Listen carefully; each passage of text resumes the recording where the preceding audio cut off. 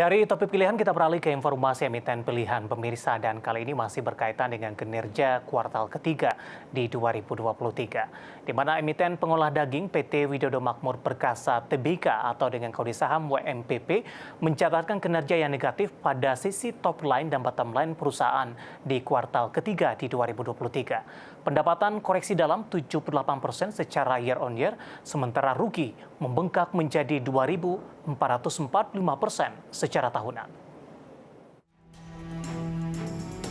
Mengutip laporan keuangan rugi bersih PT Widodo Makmur Perkasa dengan kode saham WMPP, tahun berjalan yang dapat diatribusikan kepada pemilik entitas induk tercatat menjadi Rp263,33 miliar di kuartal 3 2023.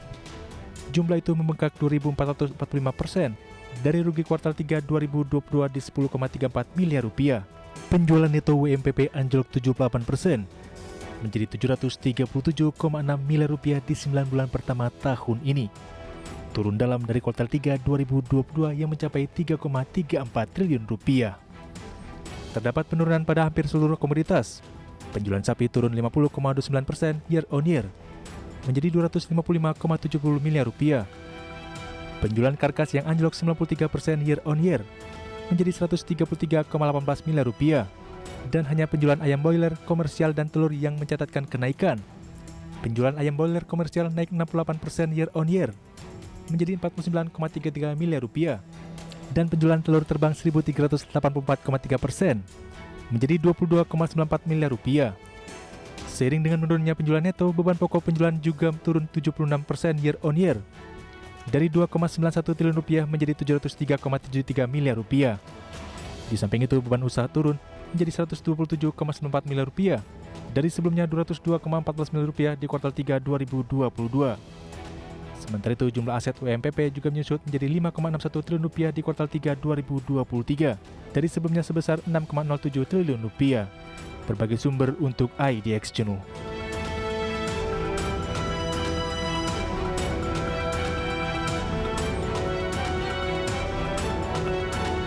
Ya, pemirsa, di tengah penurunan kinerja yang sangat signifikan, pergerakan saham WMPP tidak kemana-mana. Langsung saja kita ke grafis yang pertama, pemirsa. Pergerakan saham WMPP di sepanjang perdagangan hari ini relatif flat bergerak di level Rp50 per sahamnya.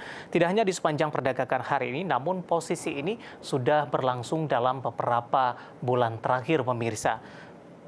Dapat Anda saksikan juga di layar televisi Anda, stay di Rp50 per saham, tidak ada pergerakan. Langsung saja kita ke grafis selanjutnya, kita akan coba lihat bagaimana pergerakan saham WMPP dalam setahun terakhir atau secara year to date atau di sepanjang 2023. Dapat Anda saksikan juga grafis di layar televisi Anda, pemirsa, untuk pergerakan saham WMPP secara year to date di perdagangan Januari ini masih bergerak di level Rp69 per saham.